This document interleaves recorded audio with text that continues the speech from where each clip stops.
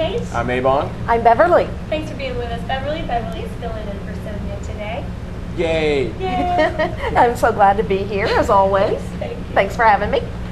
And today we are dishing with you, from Floriana Restaurant, located at 1602 17th Street Northwest.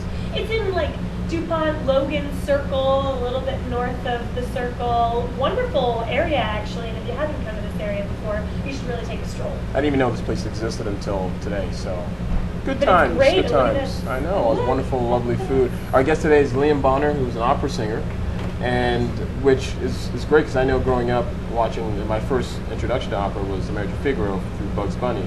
Yeah. And after that I really enjoyed it and I started watching something else. So can you tell us some of the roles that you've played in the past? I've actually played the role of the Count in The Marriage of Figaro, which, in my opinion, is probably one of the most perfect operas ever written. So, by Mozart.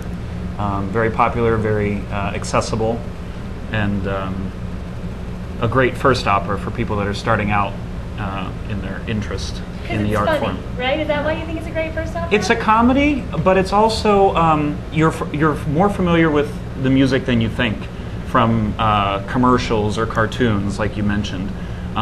So when you go and see it, there's that sense that you have, oh, I've heard this before, this sounds familiar.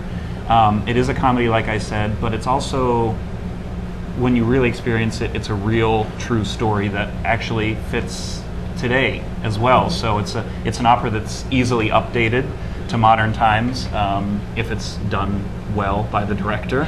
There are some bad versions out there too. So we're sitting here at the table with you. You're young, American, good-looking gentleman. Now, when I think about opera singers, I kind of think of large, Yes. older Italian men. Mhm. How does that? And women. And women, yeah, With they're all- mustaches. they're generally, that lady singing, right? Oh, That has that's So, been Is opera changing, or are you an anomaly, or maybe a little bit of both. No, it's definitely changing. Opera is definitely starting to cast more like Broadway and Hollywood, especially now with Metropolitan Opera doing their HD productions in the movie theaters all over the country, all over the world. And they need people that they want to cast people that will look good on a 20-foot movie screen. So is that what happened to you? Yes, Someone yes. came to you and said, "You look good on a 20-foot movie screen. No. Can you sing?" No, that's not what happened actually. But I did get to participate in one of the HD productions. I was actually singing the role of Horatio in Hamlet for the Met's production, and that was broadcast in March in the movie theater. So that was my first movie appearance. I know a lot of people find opera intimidating, or at least maybe I'm only speaking for myself, No, definitely that not. I found it intimidating, and the first one I saw, I think, was The Magic Flute, and it was in a different language. And German. It was in German, Mhm. and I'm reading the subtitles at the Lincoln Center in New York, and I felt so intimidated by that. But I love the music. But you saw it at the Met. Uh-huh. Interesting, because I've actually found that a lot of the people that see it at the Met really like the idea that they have the super titles on the backs of the seats right in front of you. So you're not looking up above and doing the whole jump around sort of thing, But you're also following not the looking at action. stage. Right.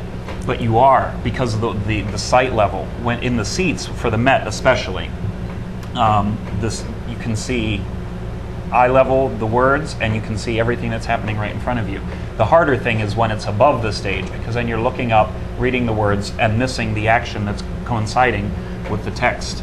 That's got to be very challenging. I never thought of it that way. 'Cause every time I've seen opera besides in person once was one was in English, and then the other time was on TV. They showed the subtitles. What English opera did you see? Yeah. There's English opera? Yeah, it Absolutely. was. There is an opera in almost any language you can think of. So, okay, there's So- another question. You have to sing in all these different languages. Do you know these other languages, or you just sing? Ideally, I would know all of them, yes. Ideally, I would be fluent, but That's the right answer. at this point, So how I do you am... fake it? How do I fake it? Well, in studying in college and graduate school, I studied the languages grammatically: Italian, French, German, the three big hitters for the opera languages. Studied those grammatically during that time, You and didn't say then English. no, I'm still working on English.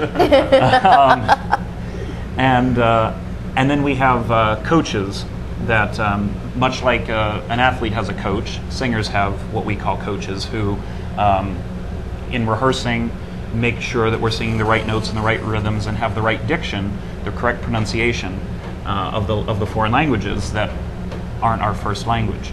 And so that's how we sort of fake it. Because sometimes for me, I even if it's I understand French, and even if I hear someone sing in French, I would not be able to understand because of the music and everything else. But you know what I they're mean? moving around on the stage. They're acting it out as well as singing it, I right? know. So there is acting involved. I know, in but the this singing story. part I'm trying to say is I can't. But to actually understand the yeah, words. I understand the words. Sometimes that's very difficult, and I think that's because singing is, well, it's like in the movie Elf. Yeah. When he says singing, he's just like talking, only louder and longer, or however he says it. And that's sort of the thing. It's everything so drawn out and slow as compared to natural speech. And so to understand and put it all together as a word takes a little time sometimes, especially if you're not familiar with the libretto, what is also known as the text. So what are some of the basics you need to know if you're going to your first opera? If you're watching this and you're inspired and they want to hear you sing, what do you need to know walking into the theater? Boy, things have changed there too, actually. You know, it used to be people would get all dolled up Right. when they'd go out for a night on the town, go to the opera. And whether you agree with it or not, people are going more casually. They're going the way we're dressed now. There are students that are coming in their jeans, their torn, ripped jeans, in their sneakers. And like that. to me, that's fine. If it means they're there and experiencing the art form, I'm all for it. I personally I just like prefer to that. get dressed up. I think it's embarrassing. I like to get dressed up when I go out, but maybe that comes in time. If you know they're 18, 19 years old and coming to see an opera, then maybe we're a little guaranteed to have them come back when they're 40, 50 in their That's a good point. nicer Maybe clothing. they've gotten That's very used true. to just coming and slumming it, and maybe not. But Maybe. now you have played a title role in an opera at the Kennedy Center. Yes. Which is, I mean, we haven't talked to anybody that's ever done that before. I want to know what it feels like to take that final bow at the Kennedy Center and have everyone standing for you. Well, it was pretty incredible. It was very flattering and overwhelming. I was singing the role of Hamlet, the title role in the opera, which was conducted by Placido Domingo, who is still singing but has also moved to the pit, the orchestra pit, and Right. is now leading the That's orchestra. That was, I mean, even working with him was mind-blowing. Just this legend in the business, and to be able to work with him. So when I get older, and you can tell my kids and grandkids when they listen to recordings and say, "You hear this guy?